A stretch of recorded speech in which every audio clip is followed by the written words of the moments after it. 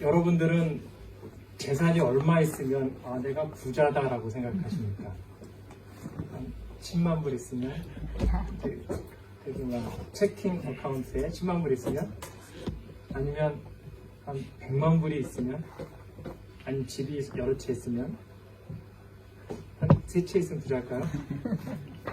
그 어떤 통계를 보니까 재산이 80억 정도 있으면 돈으로서 누릴 수 있는 삶의 그 여건이 달라지지 않는다고 합니다. 그러니까 80억 정도의 재산이 있으면 그 돈으로 할 수 있는 모든 편리함을 할 수 있다는 거예요. 좋은 차, 좋은 집, 좋은 음식, 여행, 할 수 있는 모든 것들을 할 수 있다라고 합니다. 제가 10년 전에 그 부자가 아니었는데도 호텔에서 6개월 동안 지거한 적이 있습니다. 강남역 10번 쪽에 나와서 조금 걸어가면 그 레지던트 호텔이 있었는데 저뿐만이 아니라 저희 온 가족이 6개월 정도 머물렀습니다. 월세가 미국만큼이나 비쌌고요. 그곳에 유명한 LG 프로야구 선수도 만나서 사인받아서 팬들에게 나눠주기도 했습니다. 저는 그곳에서 돈을 내고 산 것이 아니라 무료로 살았습니다. 어떻게 그런 일이 있었느냐? 당시에 그 개척교회 잠깐 다니고 있었는데 그 교회 성도님이 소개해 주셔서 6개월 동안 살 수 있었는데 조건이 하나 있었습니다. 어떤 조건이었을까요? 관리를 하고 청소를 하는 거였을까요? 아닙니다. 그 건물의 소유주가 갑작스럽게 사망하셔서 그 재산이 다 정리될 때까지 한시적으로 사는 것이 조건이었습니다. 정리가 되면 그냥 아무 말 없이 해고해주는 조건이었습니다. 그 돌아가신 건물주에 대한 얘기 잠깐 들었습니다. 어마어마한 부자였대요. 삼성그룹의 총수가 현금이 부족하면 이분을 찾아와서 돈을 융통히 갖다라는 소문이 들 정도로 부자였습니다. 서초동에서 제일 높은 빌딩을 가지고 계셨고, 근데 돈을 굉장히 아끼는 분이셨고, 그분 유일한 그 직원, 바로 밑에 직원 지인의 말에 의하면 점심에 칼국수 하나를 시켜서 그리고 공깃밥을 추가해서 직원과 둘이 나눠 먹었다고 합니다. 더 놀라운 거는요, 이분의 그 엄청 큰 빌딩 주변에서 이분의 친형제 자매들이 폐지를 주어서 생활을 했다고 합니다. 자세한 사연은 알 수 없지만 돈을 불리는 데는 굉장히 재주가 있었던 분입니다. 되게 건강하셨던 분들인데 왜 갑자기 돌아가셨느냐? 어느 날 갑자기 저쪽에 가면 부동산 개발이 될 거니까 땅을 보러 가셨는데 높은 데서 바로 뛰셔서 부르셨어요. 그런데 좀 다치셔가지고 이쪽 뼈부분을 다치셨는데 이분이 워낙 검소하신지라 돈을 아끼는 병을 안 갔어요. 그냥 진통제로 버티다가 도저히 아파서 병원에 갔더니 의사가 시한부성을 준 겁니다.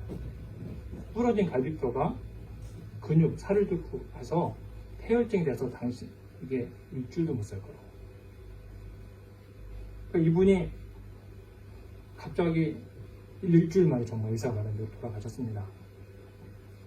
이분은 그 돈 때문에 인간관계 넓지 않았어요. 사람을 좀 못 믿으셨던 것 같아요. 결혼도 안 하셨습니다. 자식도 없으니까. 그 수많은 재산이 다 어디에 들어갔을까요? 폐주를 줬던 형제 자매들에게 갔습니다. 제가 말씀드린 이 강남 부자 이분의 결말이 참 실화가 슬프게 결말이 됐는데 오늘 본문에 나오는 이 종은 어떻습니까? 강남의 부자가 너무나 절약하고 아껴서 문제가 됐지만 이 종은 아주 이 강남 부자가 왼쪽에 있는 분 아주 극단적으로 절약하는 사람이라면 이 성경에 나오는 1만 달란트 빚진 종은 지극히 방만한 경영을 했던 사람입니다. 1만 달란트의 빚 얼마나 큰 금액이냐면 제가 좀 계산을 해봤습니다. 상상이 가십니까? 더 이상 부자로서 누릴 게 없다는 80억 부자, 그건 일도 안 됩니다. 1달란트는 20년치 일당에 해당됩니다. 제가 계산을 해봤어요. 그 당시 20년치 품삯에 해당되는데 현재 가치로 얼마 될까? 지금 최저시급이 23불 15전이죠. 곱하기 7.5를 했습니다. 그리고 그 당시 기준으로는 주 5일제가 아니라 주 6일제니까 313일을 곱했더니 54,346달러 19센트가 나옵니다. 여기다 20년을 곱하니까 108만 6,923달러가 나오고요. 거기다 1만 달러일 테니까 만을 곱하니까 한 108억 108억 6,900달러가 됩니다. 6,900만. 대략 한 109억 달러가 되는데요.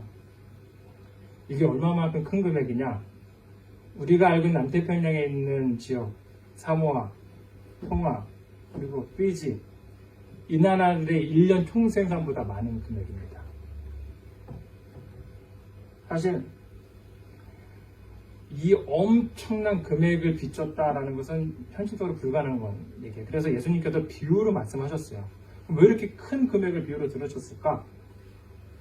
상상을 초월하는 부자보다도 더 큰 엄청난 양의 빚. 이 비유를 통해서 예수님께서는 용서의 가치가 얼마나 되는가. 만약 용서에 가격표를 붙인다면 얼마나 될 것인가? 100억 달러 이상 되지 않을까. 오늘의 본문의 말씀은 21절에 시작되는 베드로의 질문으로부터 말씀이 시작됩니다. 그때 베드로가 나와 이르되 주여 형제가 내게 죄를 범하면 몇 번이나 용서하여 주리이까? 7번까지 하오리이까? 혹시 성경에 여러분들 오늘 18장 15절 한번 찾아보시겠습니까? 예수님께서 이미 죄를 지은 너희 중에 죄를 지은 형제가 있다면 1대1로 만나서 개별적으로 만나서 건면하고, 만약에 듣지 않으면 두세 사람이 가서 다시 건면하고, 그래도 듣지 않으면 교회에 말해서 공동체에서 저 사람은 세리와 이방인처럼 죄인 취급을 해라, 아주 혼내주어라, 이렇게 말합니다. 예수님의 말씀은 그 당시에 유대인들에게 있던 아주 보편적인 그 도덕관을 말해주고 있어요. 3번을 봐줍니다. 4번째는 징계합니다. 유대인들, 예수님이 이렇게 말씀하셨던 거는 유대인들이 알고 있던 그 도덕관이요. 아모스 1장 2절에 보면 여호와께서 그 이스라엘과 주변 국가에 대해서 3번째까지 용서하시고 네 번째는 심판하신다라는 그 구절이 나옵니다. 다메섹, 두로, 에돔, 그리고 암몬, 모압, 유다에 대해서 이들의 서너 가지 죄로 말미암아 내가 그 벌을 돌이키지 아니하리라. 이 구절을 통해서 하나님께서는 3번까지는 봐주시는데 4번째는 심판하신다. 그러니까 기본적으로 유대인이 알고 있던 생각입니다. 예수님께서 15절에 말씀하셨어요. 그 똑같은 생각. 그런데 베드로가 또 묻는 겁니다. 예수님, 제가 몇 번까지 용서해야 됩니까? 3번 건면하라고 말을 했지만 어떻게 보면 오늘 예수님의 말 18장에서 예수님께서 정확히 몇 번이라고 구체적으로 말씀하지는 않았습니다. 죄인 취급하고 징계하라 그랬지 용서에 관한 얘기는 없었어요. 몇 번까지. 그 숫자는 사실 나오지 않았습니다. 숫자가 나오지 않았기 때문에 베드로가 물은 걸 수도 있고, 수제자였던 베드로가 예수님, 율법에는 3번, 구약성경에 보면 3번만 용서해 주라 했는데 7번이면 충분하겠죠. 7번이면 예수님을 따르는 제자로서 충분하겠죠? 이렇게 물은 게 아닐까 생각도 듭니다. 근데 예수님께서 뭐라고 말씀하십니까? 22절에 7번이 아니라 70번씩 7번.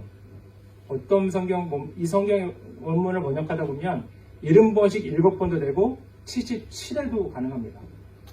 7번이 되었든 77번이 되었든 70번에 곱하기 7을 해서 495번이 되었든 예수님께서 이 횟수가 중요한 것이 아니라 용서를 무제한을 하라라는 뜻이 담겨 있다고 해석하는 게 맞습니다. 여러분들 누군가가 여러분 잘못했을 때 몇 번까지 용서해 준 적 있습니까? 기억하시면서 너 한 번 용서해줬다. 7번 마지막이다. 야, 마태복음 18장에 보니까 70번씩 7번이니까 근데 나는 좀 보수 해석해서 77번이다, 76번째다, 한 번 더 하면 마지막이다. 여러분 용서할 때 누군가 용서할 때 하나 한 번씩 이것을 다 장부에 기록하면서 용서해 주십니까? 그리고 누군가를 490번 용서해 주는 게 가능합니까? 490번 용서하기 전에 그 인간관계는 끝이 나지 않을까요? 근데 오늘 예수님께서 뭐라고 말씀하십니까? 형, 490번. 490번 몇 번이에요? 저는 490번을 용서한다는 것은 여러분의 인생에 누군가를 만났을 때 누군가를 490번 용서해 줄 수 있다? 절대로 그렇게 할 수 없습니다. 그러니까 이 말씀 속에는 문자적으로 490번이 아니라 누군가를 용서할 때는 무제한적으로 계속해서 용서해줘라. 이렇게 이해하는 것이 맞을 것 같습니다. 오늘 본문에서 용서에 대해서 우리가 말할 수 있는 것은 임금님의 용서, 비유로 든 용서는 계산이 아니라 불쌍히 여기는 마음이었습니다. 용서는 계산이 아니라 불쌍히 여기는 마음이다. 오늘 예수님께서 말씀하신 이 용서의 비유에 있는 첫 번째 원리는 계산이 아니라 긍휼히 여김, 불쌍히 여깁니다. 오늘 주인이 이 엄청난 빚을 갚지 못한 종을 불러옵니다. 그랬더니 종이 어떻게 말을 합니까? 제가 갚겠습니다. 좀 기다려 주십시오. 26절에 보니까 내게 참으소서 다 갚으리이다. 이 비유를 들은 그 금액이 굉장히 큰데요. 뉴질랜드 총생산이랑 비교하잖아요. 뉴질랜드 전체 GDP가 252억 달러인데요. 오늘부터 거의 열흘 동안 생산되는 모든 경제적 가치를 지불해야 되는 엄청난 금액입니다. 여러분들 혹시 직장 다니는 우리 친구 어른들 청년들 한번 생각해 보십시오. 직장에서 이만큼 손해를 끼쳤는데 이것을 주인에게 CEO에게 말을 할 때 요즘은 어떻게 나가겠습니까? 조금만 기다려 주시면 다 갚겠습니다. 이게 현실적인 대응입니까? 아마 어떤 기업이 이렇게 엄청난 부채에 시달려서 부도가 나기 직전이면 모든 전문가들이 모여서 회생 절차를 거칠 것이고, 그리고 어떻게 하면 기업을 살릴 것인가, 어떻게 하면 부도가 뱅크럽이 되지 않고 이 기업을 살릴 것인가, 어떻게 하면 빚을 갚을 것인가, 구체적인 제스처가 있어야 되는데 오늘 이 1만 달러한테 지은 종의 태도에는 구체적인 제스처가 하나도 없습니다. 그냥 엎드려서 조금만 참아주십시오. 조금만 기다려주시면 제가 갚겠습니다. 엄청난 손실을 끼친 사람의 변명으로서 너무 궁색합니다. 근데 이 궁색한 종의 변명에 임금의 태도는 더 비현실적입니다. 오늘 사실은 이 종을 불러다가 저 종을 팔아다가 종도 팔고 종의 가족들까지 다 팔아서, 그리고 모든 물건 팔아서 이 1만 대 빚을 변제하라, 이런 명령을 내렸었거든요. 솔직히 말하면 이 당시에 종의 가격, 최상급 종, 여러분 구약성경에 요셉이 나오지 않습니까? 요셉같이 잘생기고 힘도 세고 젊은 종의 가치가 1달란트였습니다.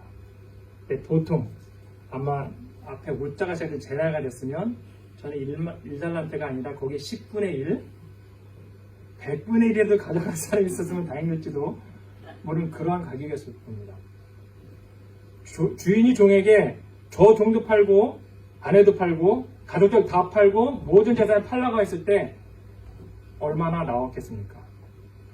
아마 임금이 현실적인 계산했을까요?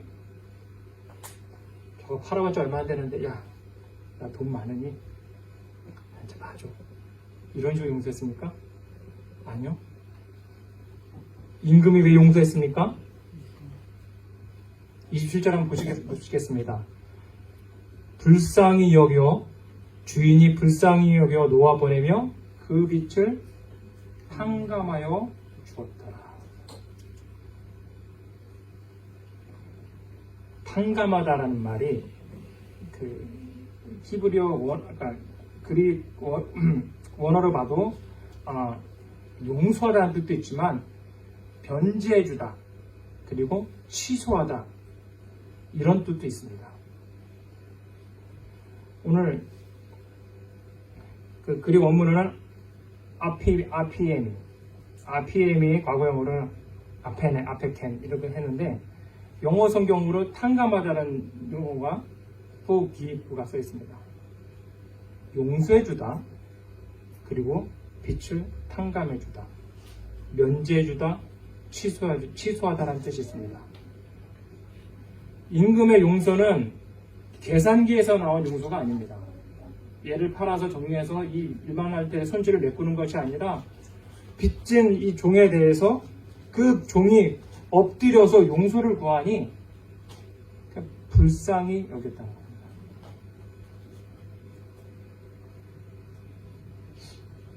아무리 비굴하지만 너무 비현실적이어서 여러분, 저와 여러분에게 한번 물어봅시다. 우리는 누군가를 용서해 줄 때, 누군가 나한테 잘못했을 때 그 사람의 죄를, 잘못을 용서해주고 아무 일도 없었던 것처럼 취소할 때 어떤 기준을 가지고 용서해줍니까? 그래, 그 정도 했으면 충분하니까 됐어, 이제 용서해줄게. 용서할 자격이 돼. 아니, 당신은 어떻게 그렇게 나쁜 짓을 하고도 반성을 안 해? 용서받을 자격이 없어. 오늘 임금이 종을 용서해주고 빚을 탕감해주는 것을 보면 형편없는 변명을 대는 상상할 수 없는 금액의 빚을 진 종을 어떻게 용서합니까? 계산하지 않았습니다. 그냥 불쌍히 여기는 마음에서. 임금의 용서는 불쌍히 여기는 마음에서 시작되었습니다.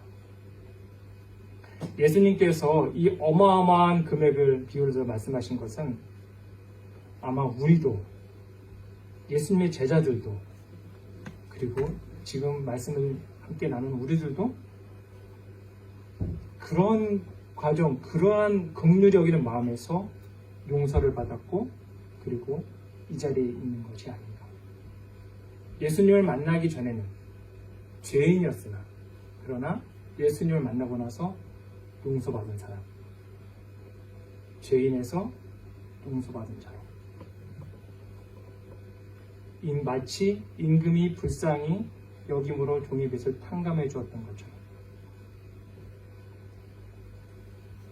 우리도 엄청난 죄가 있는데 그 죄를 탕감받았기 때문에 지금 이 자리에 있는 것이고, 용서받은 자로서 우리도 계산이 아닌 긍휼의 마음을 가져야 합니다. 오늘 말씀을 가운데 1만 달란트의 빚을 탕감받은 사람이 이렇게 큰 용서를 받았으면 어떻게 해야 됩니까? 여러분 말씀 읽으셨잖아요. 그렇죠?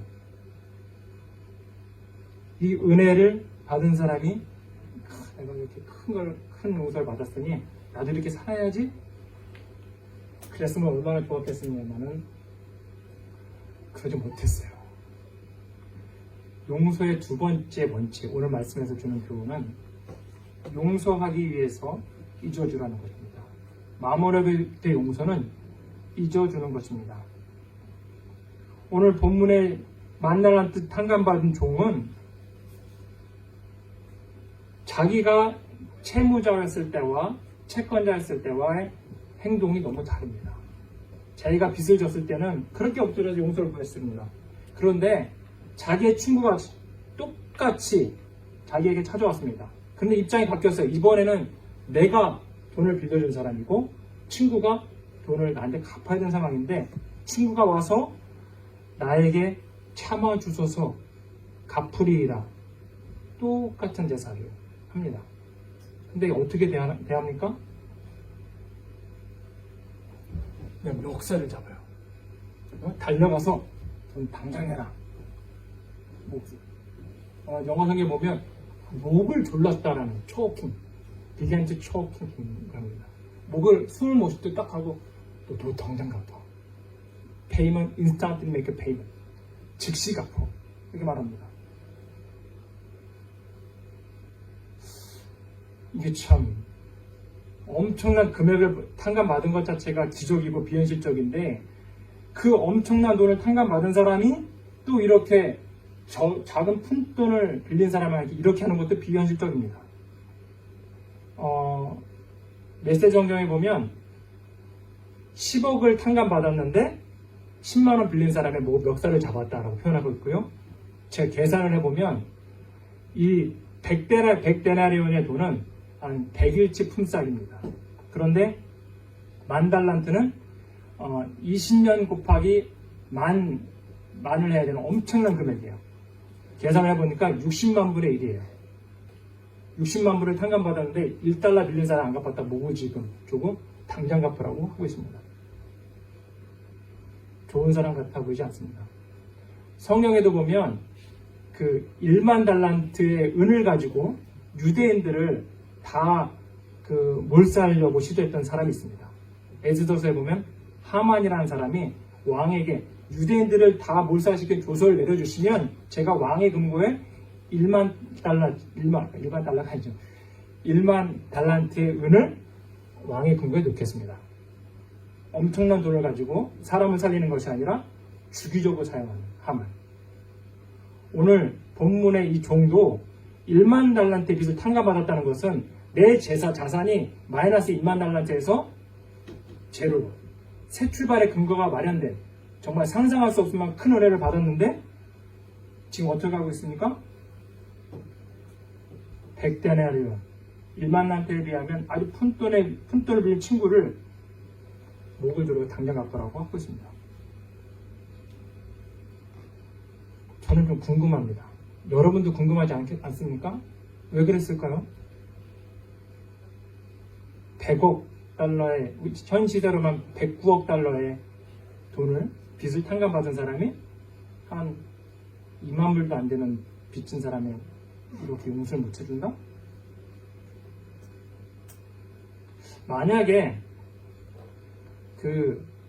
이 종이 빌린 돈이 탕감받은 돈의 금액이 100데나리온이고 친구가 1만 달란트 빌렸을 때 멱살을 잡을 수 있어요. 그죠? 내가 용서받은 거는 2만 불이지만 너 나한테 빌릴게 109억 달러야. 근데 지금 정반대지 않습니까? 왜 그랬을까요? 왜 이 사람은 이 큰 빚을 탕감받은 이 종은 내가 용서받은 기쁨보다 자기에 대한 손해에 대한 기억이 눈앞에 작은 손해가 더 크게 느껴졌을까요? 제가 알고 지내던 분 중에 시장에서 도매업을 하시던 분이 계셨습니다. 도매에서 물건을 떼다가 수십 군데, 100군데 엄청난 많은 소매점에 물건을 이렇게 납품하셨는데 그분은 물건을 본사에서 떼오실 때 이렇게 대금을 즉각 지불하셨는데 소매점에서는 돈을 몇 개월, 1년, 어떤 곳은 5년. 그래서 이런 일이 쌓여서 결국 이분이 이 사업을 접게 되었습니다. 그분과 만나서 이렇게 신방하면서 얘기를 했는데 그분이 그 돈을 갚지 않았던 소매점주들을 참 원망을 많이 했습니다. 그 중에서도 제일 얄미웠던 분 얘기를 해주시더라고요. 형편이 되는데 안 갚는 분. 금액이 크지가 않은 금액인데 자기가 사업을 망했는데도 접었는데도 갚지 않더래요. 그러면서 이렇게 말을 하는 겁니다. 아니 김 사장 돈 많잖아. 왜 그래 쪼잔하게 그거 가지고 와 미안해하지 않은 거죠. 아니 혹시나 오늘 이 큰 빚을 탕감받은 종이 그래서였을까? 여러분 어떻게 생각하십니까? 저는 그 분과 얘기를 하면서 한테 얘기를 들었으면 얘기를 들을까 같이 공감해주고 기도해 줬는데 하나님 우리 집사님이 이 작은 손에 이 상처를 이렇게 해서 이런 나쁜 기억을 떨쳐내게 해주세요. 주님께서 이 손해를 갚아주세요. 그리고 위로의 기도를 해드렸습니다.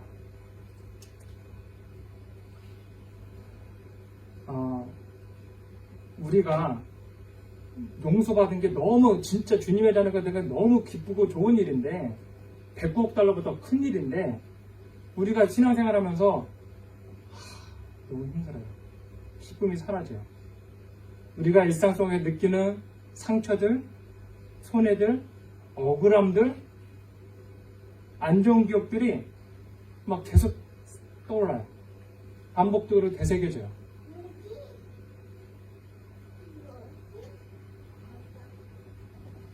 여러분 제가 지금 파워포인트에 그림 하나 띄웠는데요. 뭐가 보이십니까?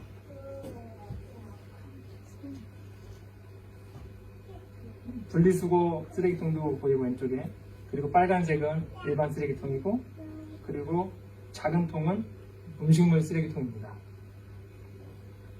음식물 쓰레기통은 여러분 어디다 내놓습니까? 수거하는 날 저희 동네는 금요일인데 금요일날 되면 길가에 내놓고 평상시에 어디다 내놓습니까?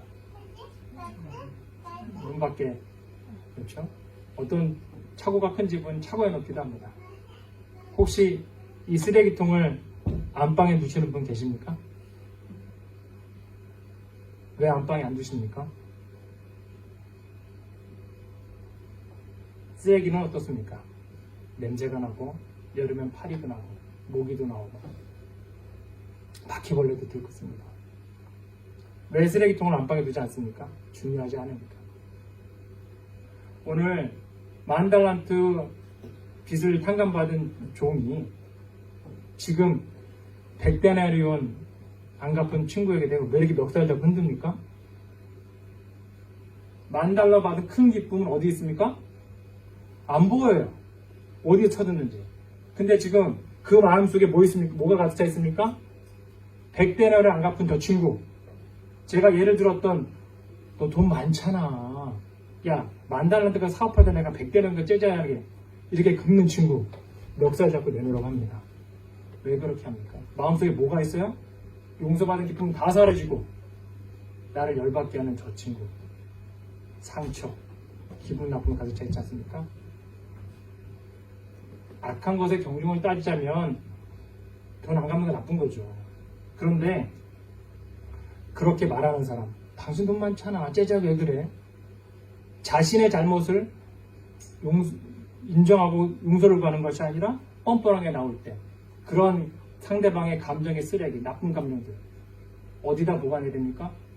여러분들이 은혜로 가득 찬 마음속에 은혜를 다 빼서 벗어버리고 이 마음속에 그 쓰레기 같은 분노와 상처와 손해를 계속 보관하시겠습니까?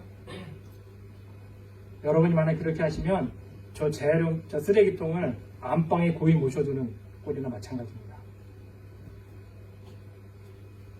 어떻게 됩니까?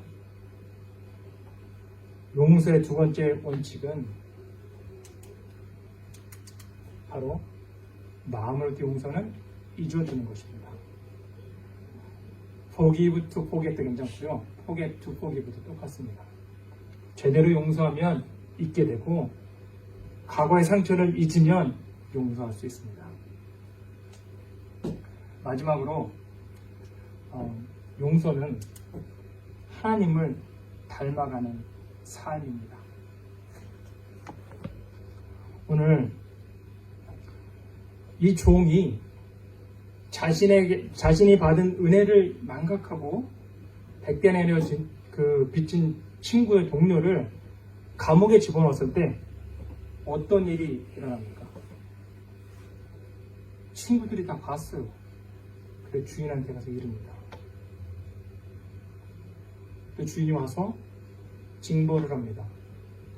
오늘 세상적인 관점에서 보면 1만 달란트 빚, 109억의 빚을 진 사람이면 그냥 감옥행입니다.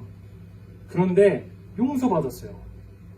그런데 결과적으로 보면 오늘 본문에서 이 109억 빚진 사람, 109억의 빚을 탕감받은 종은 어디에 가 있습니까? 감옥에 가 있게 됩니다. 돈을 갚지 않아서가 아니라 내가 은혜를 받았는데, 내가 불쌍히 여김을 받았는데 불쌍히 여기지 않으니까 감옥에 갇히게 됩니다. 오늘 예수님께서 이 말씀 우리에게 비유를 주셨기 때문에 비유적으로 해석해 보겠습니다. 용서하지 않으면 감옥에 갇히게 됩니다. 그 감옥이 어떤 감옥입니까? 진짜 감옥이 아니라 마음의 감옥에 갇히게 됩니다. 평생 미움과 분노와 그리고 후회 속에 갇히게 됩니다. 용서, 마음으로도 용서하라. 예수님께서는 비유를 통해서 우리에게 요구하십니다. 회개하는 자만 용서하라고 갇히지 않으십니다. 불쌍히 여기는 마음으로 용서해주고 탕감해 주어라 라고 말씀하십니다. 기억하지 말고 잊어주십시오.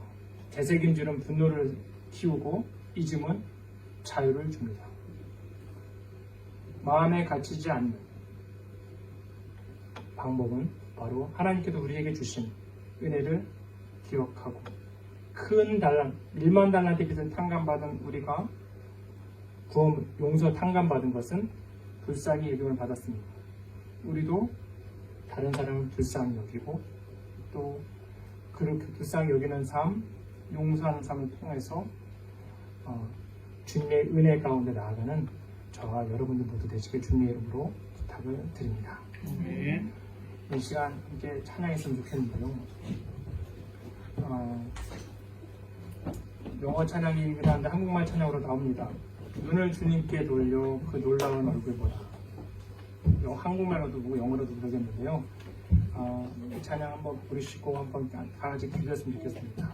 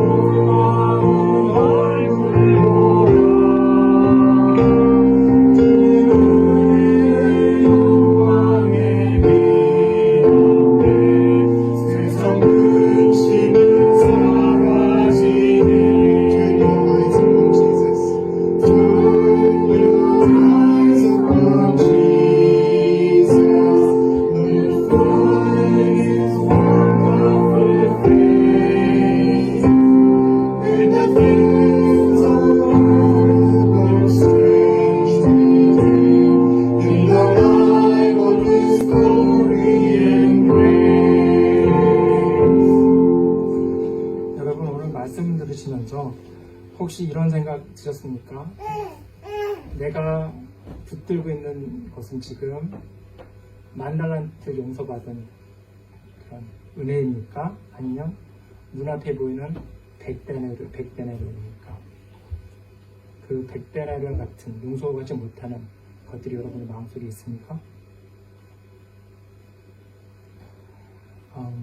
혹시 눈을 감고 한번 마음속을 한번 이렇게 생각해보고 잠깐 기도하는 시간 가졌으면 좋겠습니다. 오늘 말씀 가운데 하나님께서는 비유를 통해서 나를 어떻게 용서하셨나 이렇게 말씀해 주십니다. 불쌍히 교훈을 받아서 우리가 용서를 받았는데 우리 마음 가운데 사람에 대한 서운함, 누군가의 잘못, 아직까지도 지워지지 않고 나를 힘들게 하는 게 있습니까?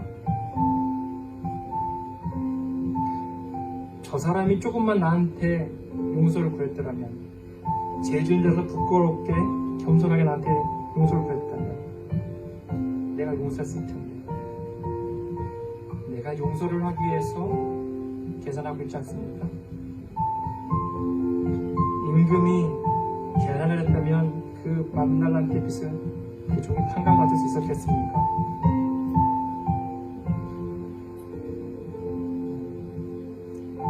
이 시간 함께 기도했으면 좋겠는데요. 하나님께서 우리를 불쌍히 여긴 그 은혜가